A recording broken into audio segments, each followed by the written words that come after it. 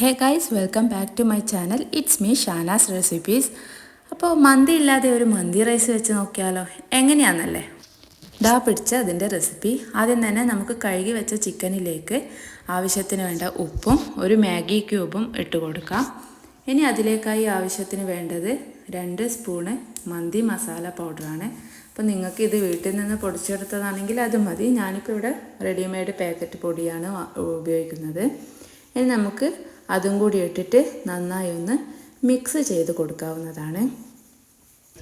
അതിനു മുന്നേയായി എൻ്റെ ചാനൽ ആദ്യമായി കാണുന്നവരാണെങ്കിൽ പ്ലീസ് ഒന്ന് സബ്സ്ക്രൈബ് ചെയ്ത് സപ്പോർട്ട് ചെയ്യണേ. ആ ലൈക്ക് ബട്ടൺ കൂടി ഒന്ന് അമർത്തിയേക്കണേ. നന്നായി ഒന്ന് മിക്സ് ചെയ്തത് ഇനി അതെടുത്ത് മാറ്റി വെക്കാം. നമുക്കിനി ഒരു മിക്സ് തയ്യാറാക്കി വെക്കണം.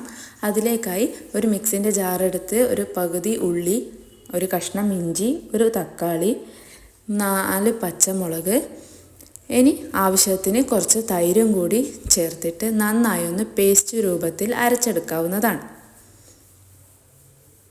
ഇതുപോലെ അരച്ചെടുക്കാം. ഇതുപോലെ അരച്ചതിൻ്റെ പകുതി മാത്രമാണ് ഞാനിപ്പോൾ ചിക്കനിലേക്ക് ഒഴിക്കുന്നത്. ഇനി നമുക്കത് കുക്കറിലേക്ക് ഇട്ടിട്ട് ഒരു വിസിൽ വേവ് ആകുന്നത് വരെ ഒന്ന് വേവിക്കാൻ വേണ്ടി വെക്കാം.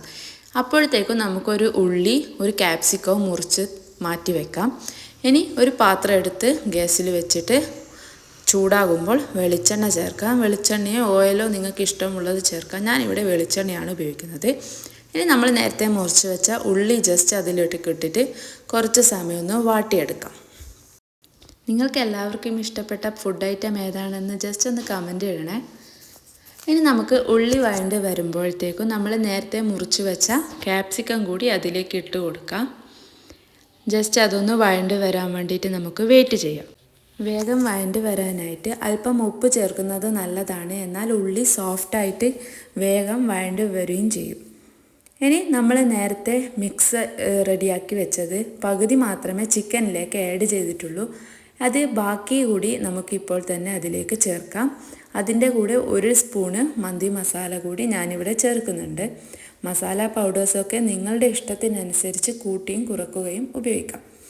ഇനി നമ്മൾ നേരത്തെ വേവിച്ച് വെച്ച ചിക്കൻ കൂടി അതിലേക്ക് ഇട്ട് ഇളക്കിയതിന് ശേഷം 1 കിലോ അരിക്ക് 12 ഗ്ലാസ് വെള്ളം എന്ന കണക്കിലാണ് ഞാനിവിടെ ഇപ്പോൾ എടുത്തിട്ടുള്ളത്. അപ്പോൾ അരി ഏതാണെന്നല്ലേ, നമ്മൾ റേഷൻ അരി കൊണ്ടാണ് ഇവിടെ മന്തി തയ്യാറാക്കുന്നത്. അപ്പോൾ ഞാനിവിടെ റേഷൻ അരിയാണ് എടുത്തിട്ടുള്ളത്. ടേസ്റ്റിലൊന്നും ഒരു കോംപ്രമൈസുമില്ല. നല്ല രസമുണ്ട്. കാണാൻ കുറച്ചൊരു ഇതുണ്ടാവില്ല എന്നേ ഉള്ളൂ. ടേസ്റ്റൊക്കെ നല്ല അടിപൊളിയാണ്.